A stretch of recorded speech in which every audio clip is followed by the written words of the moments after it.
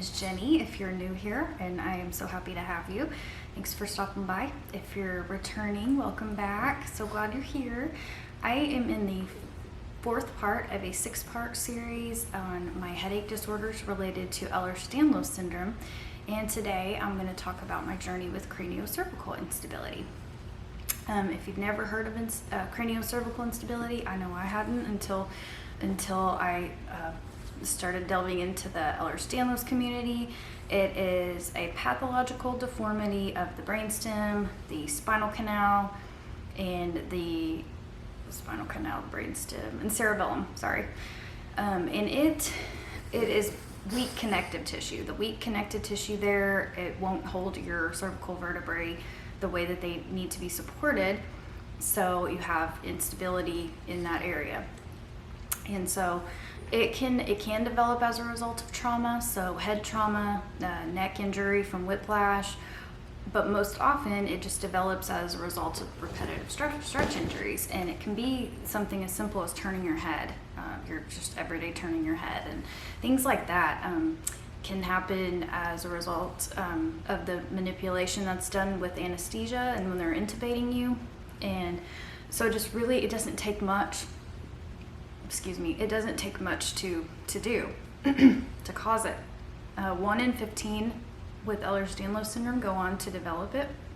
So, it's definitely not common, I guess, in the Ehlers-Danlos community, but more prone to it for sure because of the weak connective tissue. And so, yeah, it is diagnosed, or mine was diagnosed by rotational 3D CT scan and digital motion X-ray.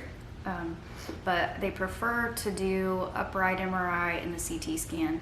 And then also mine was diagnosed by traction. So I'm sorry, my nose is itching. They'll do the traction in the office. They can do it in the office as it's obviously more easy than going in the hospital for 2 days for the invasive cervical traction. But they'll lift your head up off your shoulders and see if that improves your symptoms. And then if it does, then that's a good sign that you've got some instability. It's causing that cranial settling. So mine was definitely positive when Dr. Henderson lifted my head up, or my neck up off my head up off my neck, and relieved my symptoms. And then it was made worse. He also pushed down on my head to see if it made my symptoms worse, and it did a lot. So so they'll use those types of imaging, and they will do 3 different types of measurements: the Grab-Oaks, clivo-axial angle, I don't know if I'm saying that right, probably not, but in the Bayesian-Dens interval. And they take those measurements and decide obviously whether or not, if you are if you're not only a surgical candidate, but whether or not you have craniocervical instability. And they look at the whole clinical picture as well, your symptoms, all of that. So when I was diagnosed in December of last year, he told me that, so I was a surgical candidate. He recommended the fusion from C3 to C7, but did want me to if I was comfortable, to try a consult for prolotherapy or stem cell PRP to see if we could try to avoid surgery. He said hundreds are saved from the OR a year, and I appreciated that. So I had my first round of those injections in April of this year, and unfortunately I didn't see any improvement.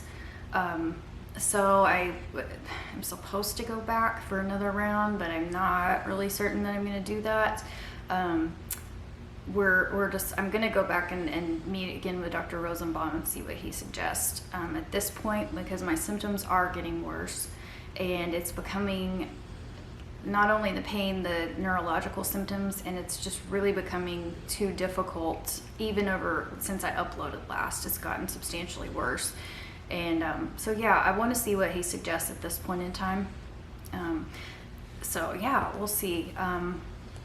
Really, this has all just been going on so long. It started over 10 years ago, and all of my health stuff, I wasn't diagnosed with craniocervical instability till last year, like I said. But been out of work and missing out on life in general, my kids and their activities and family and friends and things like that, that I'm just really ready to get back to life if I can, or give myself the best shot at it, leading a normal active life like I like to do.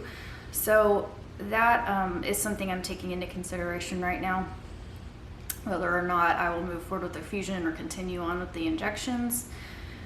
So yeah, we will see about that. The symptoms that I experience are, so my biggest symptom, my main symptom is that heavy head, bobblehead feeling, like your neck's not strong enough to support your head. And then of course the pressure headaches. So the instability blocks CSF flow and it causes your intracranial pressure to be high.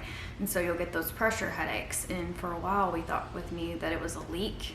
I know it sounds confusing. I'm going to talk about that next time, but now I know that it's actually that I was having high pressure headaches, and so I have diuretics that I'm prescribed that I can take when I get those. I thankfully don't have them every day, and then so due to the brainstem compression, you'll get dysautonomia symptoms related to your autonomic nervous system, since it's like what regulates all your involuntary actions.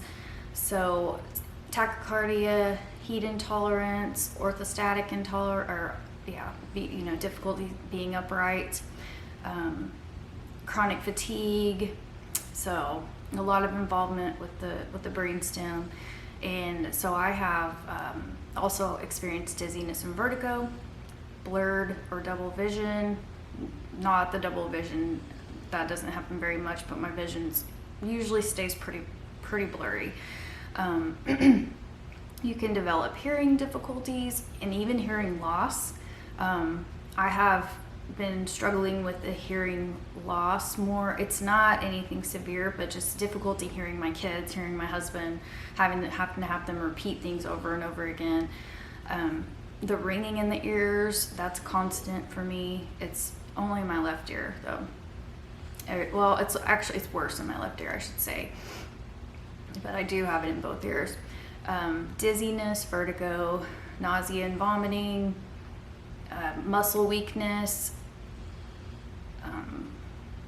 memory loss, as you can see.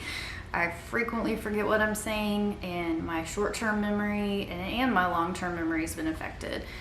It's been hard, it's been difficult, because I used to be somebody super annoying, but I used to be somebody that could just read. I didn't have to study much at all. I would read something once and remember it and retain it, and it's so not that way anymore. And I thought that maybe it was just because I'm getting older and this is part of aging, but it's gotten worse as my symptoms have gotten worse, and I now know that that's a part of the craniocervical instability.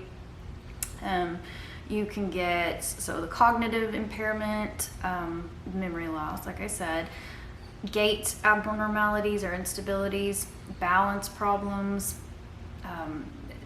slurred speech, so dysphagia. I don't have slurred speech, but I have trouble getting my words out and word finding, for sure.